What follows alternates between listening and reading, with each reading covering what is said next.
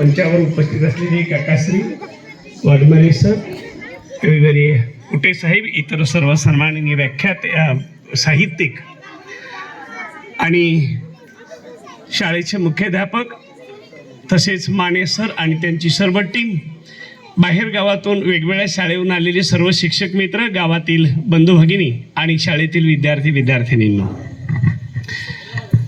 मी 5 minute तुमच्या समोर बोलतोय. मी गेल्या वेळेस एक प्रयोग केला होता की लक्ष कसं द्यायचं, हे आठवणीत आहे का तुमच्या? काय म्हणलो होतो मी? नाही, मी असं म्हणलो होतो, आमचे गुरुजी मंडळी जे आहेत त्यांनी आपापल्या शाळेमध्ये हा प्रयोग केला तर चालेल. लक्ष कसं द्यायचं मी 1 मिनिटामध्ये तुम्हाला शिकवतो. आता इथे इंग्रजीचा विषय निघाला. खरं तर मी वेगळ्या वेगळ्या मुद्द्यावर बोलणारा माणूस आहे, पण लक्ष कसं द्यायचं हे मी गेल्या वेळेस म्हटलं होतं, ते तुम्हाला आणखीन एकदा आठवण करून देतो. मी इंग्रजीचं एक वाक्य बोलतो आणि तुमच्यापैकी मी ज्याला म्हणेल त्याने उभा राहायचं आणि मी बोललेलंच वाक्य बोलायचं. तयार आहात? अट समजली? ऐका मग, आता इंग्रजीचं वाक्य मी बोलतोय.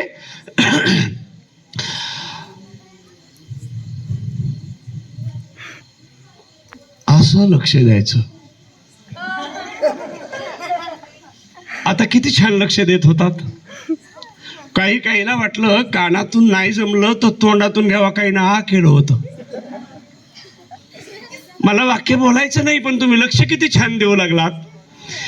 असं जर लक्ष दिलं तर या जगामध्ये कुठलाही सिद्धांत नाही की जो मानवी मेंदूला समजत नाही.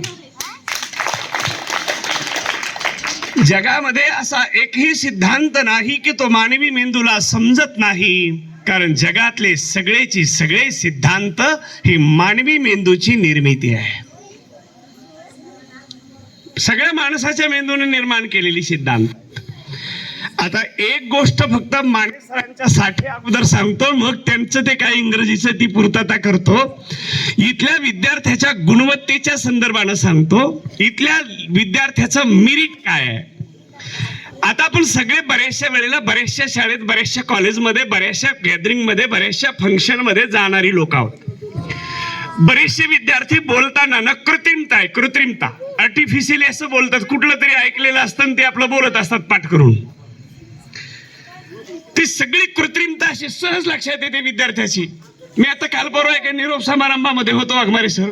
कृत्रिमता कशी आहे तिथे विद्यार्थी म्हणत होते, आज निरोप समारंभ, एका डोळ्यात काहीतरी हसू, दुसऱ्या डोळ्यात पाणी, डोळ्यात आलं पाणी. मी म्हणलं अजिबात पाणी नाही, तरी पाणी म्हणतात का? ठरलेलं आहे, सगळं कृत्रिम आहे.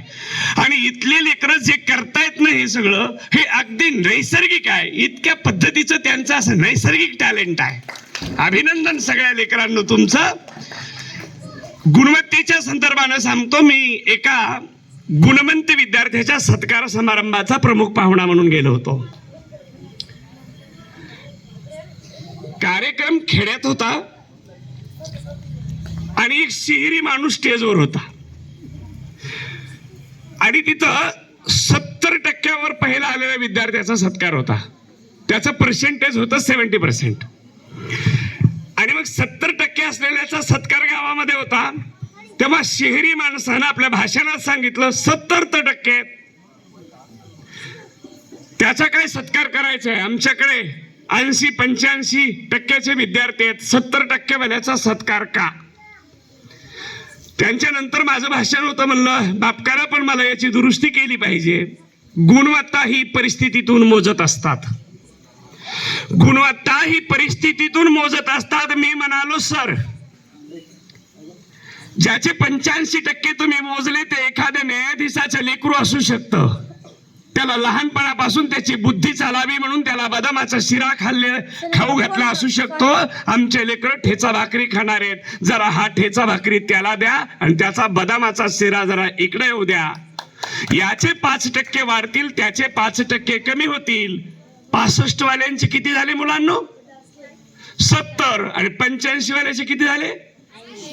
म्हणलं सर, त्याची शाळा कॉलेज त्याच्या घरापासून अर्ध्या किलोमीटरवर असेल तरी त्याला सायकल असते, मोटरसायकल असते, गाडी असते, त्याच्या पायामध्ये हायफाय बूट असतो.